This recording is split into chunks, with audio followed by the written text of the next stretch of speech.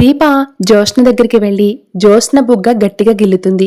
దాంతో జ్యోత్స్న గట్టిగా అరిచేసరికి కార్తీక్ వచ్చి ఏం జరిగింది అని అడుగుతాడు.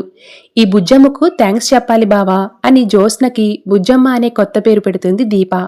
బుజ్జమ్మకి థ్యాంక్స్ ఎందుకో అని అడుగుతాడు కార్తీక్. ఇది ఆఫీసులో నాతో ఛాలెంజ్ చేసింది బావా, నా తల్లికి నన్ను దూరం చేస్తానని. కానీ ఇక్కడ నాకు మా అమ్మతో కలిసి ఉండే అవకాశం దక్కింది అని మళ్ళీ జ్యోత్స్నకి థ్యాంక్స్ చెప్తుంది దీప. జ్యోత్స్న ఏం చేసినా మనకు మంచి జరుగుతుంది దీపా అని అంటాడు కార్తీక్. అదెలా బావా అని దీప అడిగేసరికి, ఈ బుజ్జమ్మ అగ్రిమెంట్ మీద సంతకం పెట్టించుకోకపోతే మనం ఈ ఇంటికి వచ్చేవాళ్లమే కాదు, జ్యోత్స్న గురించి ఈ ఇంట్లో నిజం తెలిసేదే కాదు, అలాగే సీఈఓ విషయంలో పంతానికి పోకుండా నిన్ను పోటీకి దించేవాళ్లమే కాదు అని అంటాడు కార్తీక్. అందుకే థ్యాంక్స్ చెప్పాలని జ్యోత్స్న 2 చెంపలను గట్టిగా గిల్లుతారు దీపా కార్తీక్. దాంతో జ్యోత్స్న గట్టిగా అరుస్తుంది. వేషాలు వేయకుండా వెళ్లి పడుకో అని వార్నింగ్ ఇస్తుంది దీప.